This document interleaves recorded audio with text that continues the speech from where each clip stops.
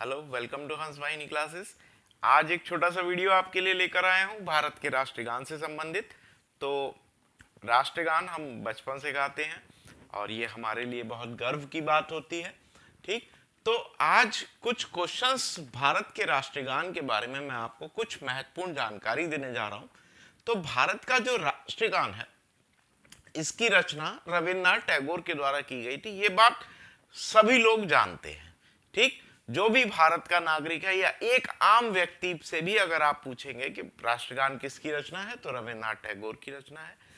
मगर जब कंपटीशन की बात आती है तो रविन्द्रनाथ टैगोर यानी इस राष्ट्रगान के बारे में कुछ महत्वपूर्ण चीजें और सामने आती हैं।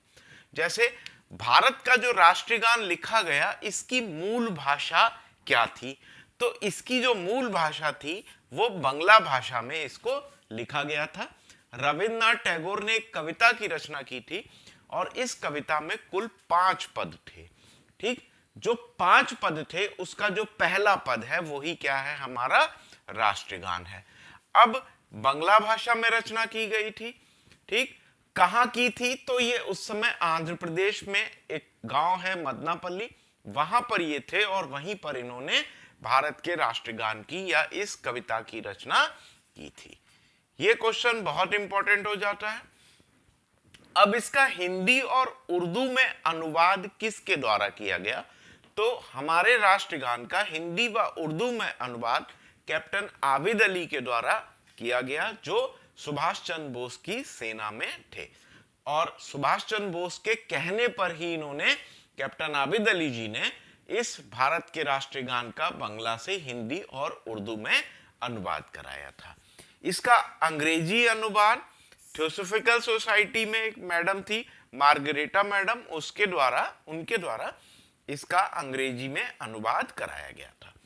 अब इसका सब जानते हैं पहली बार ये राष्ट्रगान कब गाया गया, तो पहली बार ये राष्ट्रगान 1911 में गाया गया।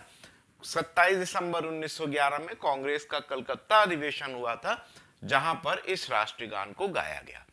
ठीक, अब 1911 यानी कि अब ये जो समय है, यानी ये जो कविता लिखने का समय है ये भी 1911 ही है।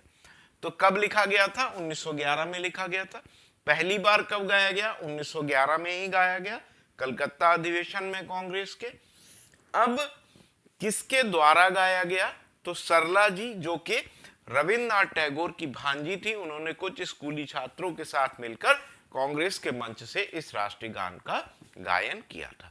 अब जब गायन किया था तो उसकी भाषा क्या थी, यहां पर भी बच्चा फंसता है, तो उसकी भाषा थी बांग्ला।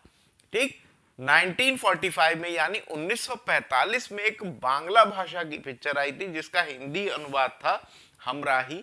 उस पिक्चर में इस राष्ट्रगान को गाते हुए दिखाया गया है। ठीक, तो राष्ट्रगान के बारे में ये छोटा सा वीडियो है, मगर आने वाले कंपटीशंस के लिए थोड़ा सा इंपॉर्टेंट हो जाता है क्योंकि अब राष्ट्रगान से क्वेश्चन डायरेक्ट पूछे जाने लगे हैं। ठीक, तो थोड़ा सा डिटेल चर्चा कर लीजिए इसकी। ठीक है, और इसको आप स्क्रीनशॉट ले लीजिए और वीडियो अगर अच्छा लगे तो उसको प्लीज लाइक कर लीजिएगा, सब्सक्राइब कर लीजिए हमारे चैनल को। बहुत इंफॉर्मेशन वाला वीडियो है। ठीक, तो इसका एक स्क्रीनशॉट ले लीजिए और नेक्स्ट वीडियो कुछ इसी तरीके की अच्छी इंफॉर्मेशन के साथ मैं आपके सामने लेकर आता रहूंगा। आपका अपना निशान। Thank you very much.